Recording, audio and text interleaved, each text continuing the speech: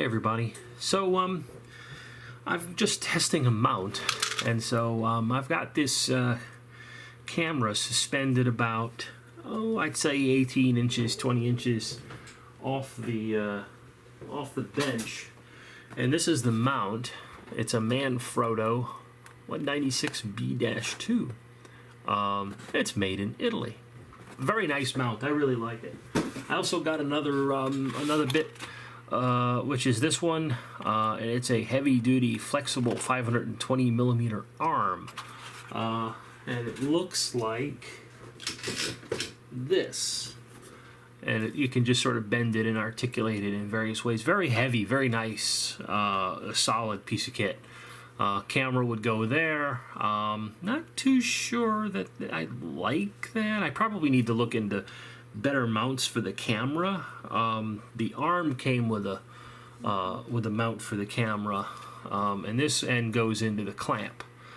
Or I guess you could screw something else in there, or mount it some other way. But this would go into the clamp. So very nice. Very nice stuff. I got one of these. I think it came with which one? That came with this mount, and with the clamp, I believe.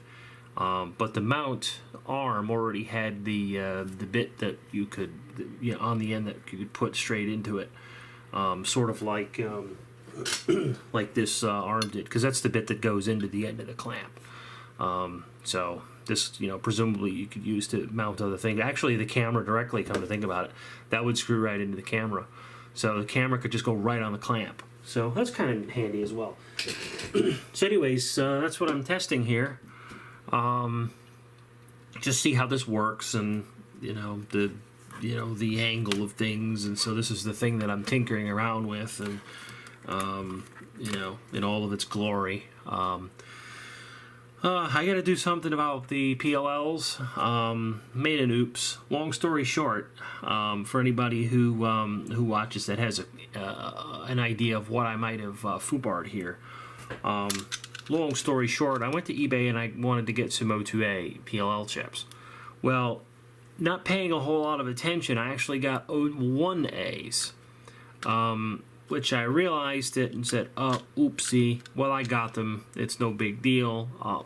They cost a couple dollars a piece. It just didn't matter. But I figured that, while I had them, I might as well do some experimenting. So I went and looked at the pinout and realized that only a couple of pin difference between that and the O2A, because the O2A was the successor to it. The difference being one less bit in the divider, so you're gonna get instead of 8 bits, it's 9 bits. It's 256 divisions, so 255 rather. So I figured I'd give it a go, and no, just didn't work. Checked it twice, 3 times. Something I think is amiss with the pinout of these pinouts that are on the internet. I'm not really too sure what's up.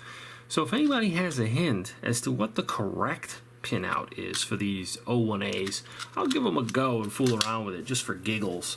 But in the meantime, I actually did get some proper O2As in case I kill this one, which I doubt, but just in case. This whole thing actually works just fine.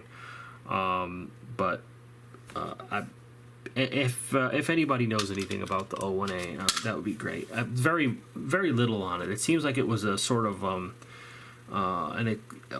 fairly limited use PLL. It didn't use very much, and then they pretty much went to the O2As.